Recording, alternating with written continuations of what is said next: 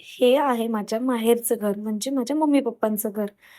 लहानपणापासून म्हणजे मम्मी-पप्पा होते तेव्हा, त्यानंतर मम्मी-पप्पा गेले. म्हणजे त्याच्यानंतर सुद्धा आम्ही तिघी पण बहिणी याच घरात लहानच्या मोठ्या झालो. प्रिन्शू, इकडे. बाबू, हे कोणाचं घर आहे? हे हं?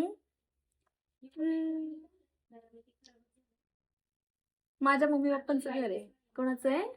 मम्मी पप्पांचं. म्हणजे तुझ्या कोणाचं? माझी मम्मी पप्पा. माझे मम्मी पप्पा तुझे कोण असणार? बघा, माझी मम्मी पप्पा त्याचे आजी बाबा हे त्याला माहित नाही वाटत. माहितीये, मग तुला माहित नाही माझ्या मम्मी पप्पांचं घर आहे असं ना? बघा, मे बी मी पहिल्यांदाच व्लॉग बनवते इथे आणि हा माझा ह्या घराचा याचा लास्ट असणार आहे, कारण हे घर आता आम्ही पाडणार आहोत. आणि जे लोक घर पाडण्यासाठी आले होते ते अंदाज घेत होते की घरावरती कसं चढता येईल वगैरे, आम्ही कसं सगळं चढून व्यवस्थित घर पाडू शकतो.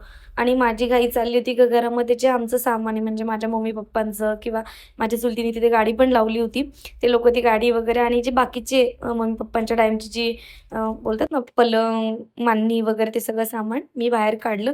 त्यानंतर ते लोक बोलले की आता तुम्ही नारळ वगैरे फोडून आपण एक चांगल्या कामाला सुरुवात करूयात. आणि ते आपण जेव्हा घर पाडतो तर हे चांगली गोष्ट नाही आहे, म्हणजे आपल्या पूर्वजांनी वगैरे जे ते घर बांधलेलं असतं. तर त्या असं ते मला सांगत होते की ती गोष्ट चांगली नसते, तर तुम्ही एक नारळ तरी फोडून द्या. तर आम्ही तीच पूजा वगैरे करत होतो की नारळ वगैरे फोडणार होतो.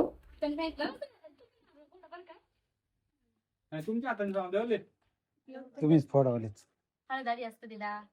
तिकडून काढू का आतून व्हिडिओ? करा घ्या असंच. थोडा इकडनं घ्या, थोडा तिकडनं घ्या. काय काय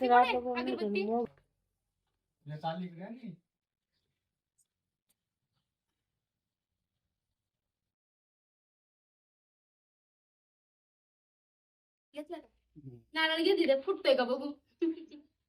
कसं फोडतात? त्या याच्यावर पुढे प्रतीक्षाच्या लॉगमध्ये भरपूर लोकांनी विचारलं की तिथे कोणी पुरुष नव्हता का नारळ फोडण्यासाठी. होते तर खूप लोक होते, कारण घर पाडण्यासाठी भरपूर लोक आले होते. पण ते सगळे लोक बोलले की नाही, हे घर तुमचंच आहे, तर हे नारळ सुद्धा तुम्हीच फोड. चला बाबा इकडे. ते सगळ्यांना द्यायचं, सगळ्यांना. थांब रे, इथं इथं फोड, इथं.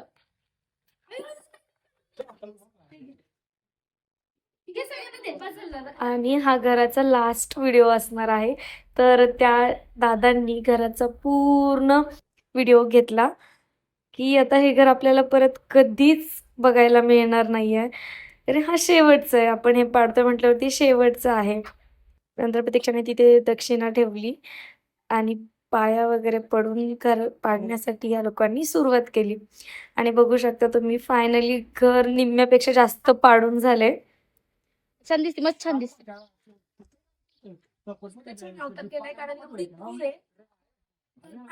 आणि फायनली सगळं घर आता अशा प्रकारे पाडलेलं आहे. वरचं ना पूर्ण कौला आम्ही फोडून टाकले बघा, खाली बारीक बारीक भुगा झालाय सगळा, कारण ते जर काढायला त्याच्यामुळे कौला अशी फुकट कोणी नेणार नाही. दीदी तुला बोलू आई.